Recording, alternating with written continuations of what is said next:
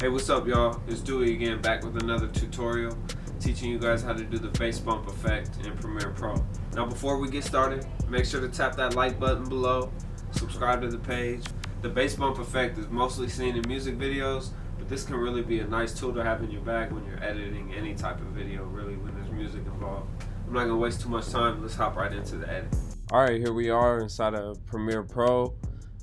I have my clip ready to go. Basically, to get to this point, if you don't already have a clip ready, you would go to your project and you would just drag a file right in.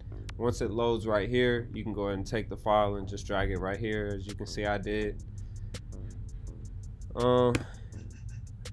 So here I have a clip of my guy Glenn playing the drums. We're just kind of in the middle of the street. This is from a music video, a recent music video. And you can just see we kind of just, it's a really, it's a solid clip. We're just in the street wilding out.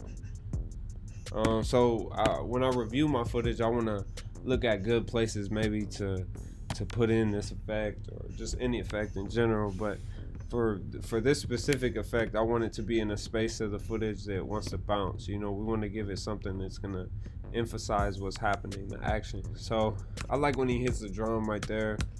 I think that's gonna be our starting point. So anytime you click on the video up here in the effect controls, you're gonna have some options. So make sure that when you click this, you can see your effect controls. If it's not up here and it's something else, just make sure you go ahead and scroll over, get back to effect controls, click your clip, and make sure you have that. So the next thing we're gonna do is make sure effects is selected.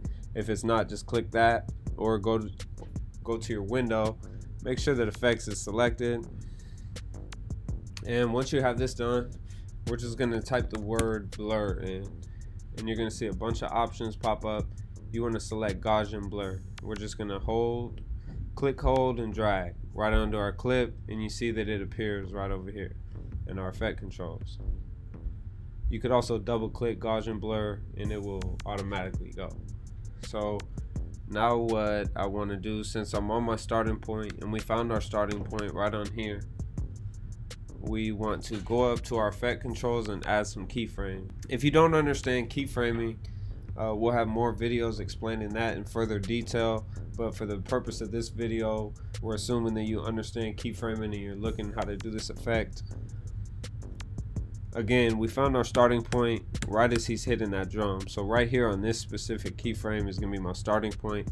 So I'm going to go ahead and mark it on the stopwatch. I want everything in the clip to remain consistent up until that point. Up until my starting point, that's when I want things to change. So as well as my blurriness, that's at 0. I want it to be 0 up until this first keyframe. And now once I've marked my scale and now I did blurriness, I'm going to press the right D-pad over 4 keyframes. 1, 2, 3, 4. So now that I'm over 4, I'm going to add a keyframe. So you can notice that it's adding things. Like you can see another keyframe has popped up. And on this same exact line, I'm going to add another keyframe for my blurriness. So now what that's telling me is before everything is going to be normal and after everything is going to be normal. So now we're going to go to the area in between both. We want to get back to our starting point. You can see that it's our starting point. And now I'm going to go over 1. And I'm going to add 29 to my scale value. So I'm at 50.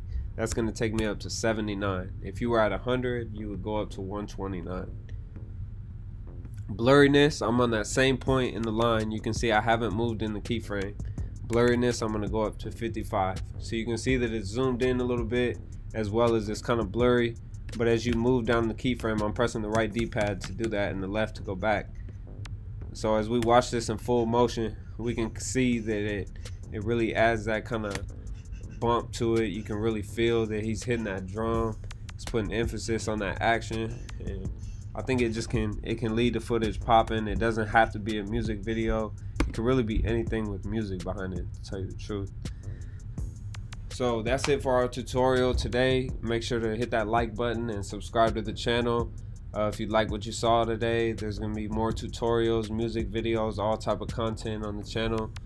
Thanks for tuning in. We'll see you next time.